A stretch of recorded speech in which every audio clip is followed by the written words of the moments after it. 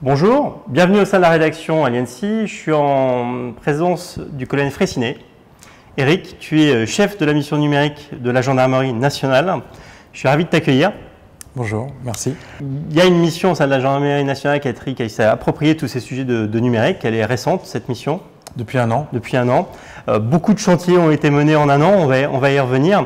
Ce qui m'intéressait aussi de partager déjà avec toi, c'est l'impact du numérique ou ta vision du numérique au sein de la société d'ailleurs, et dans quelle mesure ça a impacté aujourd'hui la vision que la gendarmerie porte à cet enjeu du numérique. Alors en fait la question c'est pourquoi on a créé une mission numérique dans une maison qui, comme beaucoup d'autres, depuis 30 ans en gendarmerie, fait du numérique, on a des outils numériques, etc. Qu'est-ce qui a changé aujourd'hui qui a fait qu'on avait besoin d'aller plus vite? Et c'est cette révolution numérique au travers des attentes des usagers, des agents, des gendarmes, qui ont envie que la gendarmerie se modernise, d'avoir accès à des outils qui répondent à leurs besoins du quotidien, des opportunités nouvelles au travers des technologies émergentes et puis aussi le logiciel libre, le fait que ce soit plus accessible, que ça aille plus rapidement. Les technologies de communication modernes sont plus rapides, plus efficaces, plus répandues. Et puis, peut-être aussi des enjeux de sécurité nouvelle, des risques nouveaux auxquels il faut qu'on réponde. Et puis aussi pour nous, la nécessité d'inclure tout le monde dans cette démarche et donc de ne jamais oublier que cette transformation numérique, elle doit être accessible à tout le monde. Et puis en même temps, le construire de façon à ce que le citoyen ne perde pas le contact avec le gendarme, que le gendarme ne perde pas le contact avec le citoyen, et puis il y a encore plus de contact en réalité. Et donc c'est ça qu'on essaye de développer. C'est ce qui est intéressant, c'est de recréer de la proximité avec le numérique. On va y venir. C'est que la gendarmerie a toujours été une institution proche du citoyen. Les chantiers numériques concrètement au sein de la gendarmerie, ils s'organisent comment? Oui.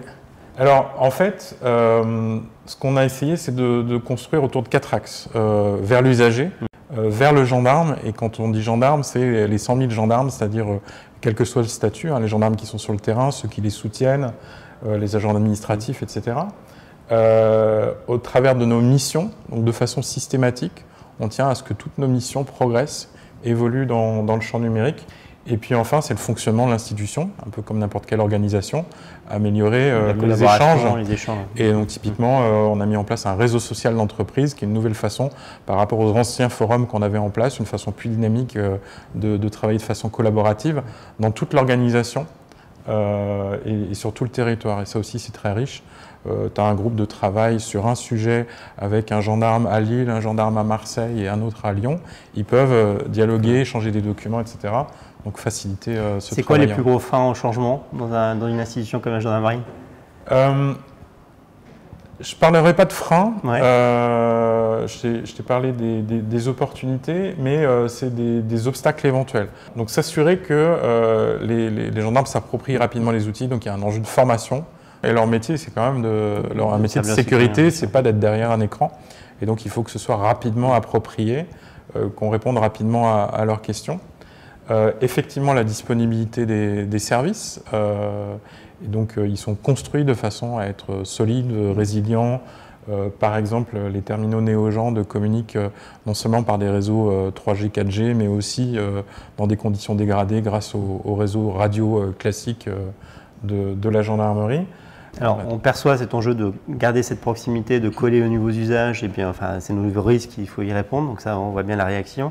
Comment on arrive à créer ces terrains d'innovation? Il y a quand même un enjeu aussi de la souveraineté, de sécurité, c'est-à-dire qu'à un moment donné, vous ne pouvez pas innover avec n'importe qui, vous avez une volonté de garder le contrôle sur les données, on va bien imaginer que tout n'est pas exposable à n'importe qui.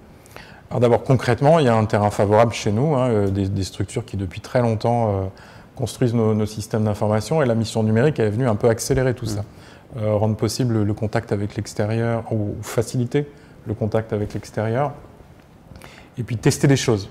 Là où les équipes antérieures étaient plus sur la construction de solutions pérennes, là on peut tester des choses, intégrer par exemple des entrepreneurs d'intérêt général sur notre projet de prise de rendez-vous. Avec le programme Etalab, exactement.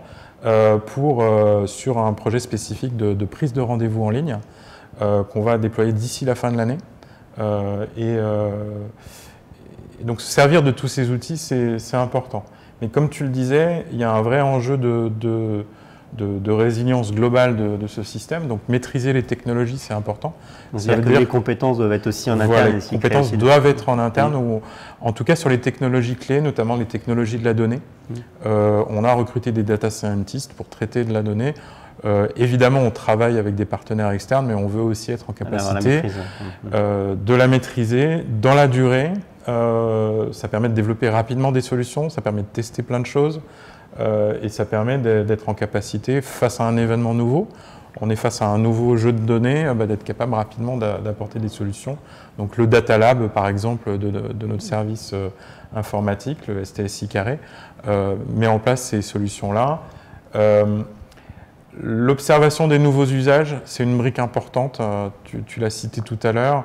Il y a des nouvelles façons d'agir des collectivités, par exemple, des entreprises, de ceux qui gèrent des infrastructures. Et tout ça, c'est des opportunités sur lesquelles il faut qu'on soit rapidement en capacité de se brancher. De collaborer. De mettre en place les règles juridiques qui nous permettent d'échanger les données, les règles techniques. Il y a des interfaces qui existent, dans d'autres cas, elles n'existent pas, il faut les proposer. Et puis aussi être en capacité, nous, de pousser de l'information. Donc changer un petit peu de la vision que peuvent avoir les gens en général des forces de sécurité, qui sont avant tout pour capter de l'information et pour mener des enquêtes, etc. Peer-to-peer, d'alerte, d'informations liées à la sécurité routière. On doit pousser de l'information, par exemple en sécurité routière, sur les routes. Ça, c'est indispensable pour... les gendarmes ne vont pas encore nous alerter de là où ils sont pour les radars, peut-être, mais ça va pas dire tout de suite. Non, mais en tout cas, sur les accidents, dialoguer sur les accidents directement grâce aux communications des véhicules. Alors, cette rubrique, elle s'appelle Coup de boost. Déjà, je pense qu'il y a un message que tu voulais passer aussi, c'est cette volonté d'ouverture, d'interaction, de partage d'expérience, qu'aujourd'hui, vous avez plein de choses à apprendre de l'extérieur, vous êtes prêt à échanger aussi sur ce qui se passe chez vous. Est-ce que tu peux rebondir sur cette logique de collaboration que vous attendez aujourd'hui? Alors, tout à fait. D'abord, j'ai cité tout à l'heure les entrepreneurs d'intérêt général, les opportunités qu'on avait de profiter des services qui sont disponibles en interministériel, au sein de l'État, et sur lesquels on doit s'appuyer. Perceval, qui est la plateforme de signalement des cartes bancaires, des fraudes aux cartes bancaires, qu'on a ouvert au profit de la gendarmerie et de la police, au profit des usagers d'abord victimes. Ça a été développé conjointement avec la DILA qui gère servicepublic.fr. Et donc il y a ces partenaires déjà au sein de l'État. Et puis je l'ai personnellement vécu dans le champ cyber, de la lutte contre la cybercriminalité. J'ai beaucoup appris, et on a beaucoup appris dans l'échange avec les autres dans les 15 à 20 dernières années. C'est indispensable de dialoguer avec les services de police qui vivent la même chose que nous, mais aussi les autres organisations. Et en plus, c'est ceux avec qui on va devoir travailler. On parlait des collectivités tout à l'heure. Évidemment, non seulement ils vont avoir des nouveaux usages, mais ils ont des nouvelles pratiques qui peuvent nous intéresser et qu'on pourra peut-être transposer chez nous, ou peut-être que nous, on va développer des choses qui vont intéresser d'autres. Sur les applications mobiles qu'on évoquait tout à l'heure, il y a beaucoup d'échanges avec les autres services de police en Europe sur les plateformes similaires. Et on a beaucoup à apprendre dans ces échanges et ça nous permettra d'aller plus vite. Et il faut qu'on soit tourné aussi vers ceux qui innovent, les startups, les grandes entreprises qui ont de l'innovation. Trois projets portés par des boîtes françaises, réseaux sociaux, sur des... Oui, on a sur nos projets travaillé avec des boîtes de petite taille sur nos projets innovants en matière de réseau social d'entreprise, sur la brigade numérique, sur le chat avec les usagers. Et puis demain, les chatbots, il y a des boîtes françaises qui développent des solutions. C'est une formidable opportunité pour vous. Oui, c'est une richesse qu'on a en France et qu'il faut faire vivre et qu'on souhaite faire vivre concrètement. Eric, merci beaucoup pour cet échange. On est évidemment très preneurs de ces nouveaux projets de transformation liés au numérique qui vont se mettre en œuvre. Merci beaucoup. Merci. Merci.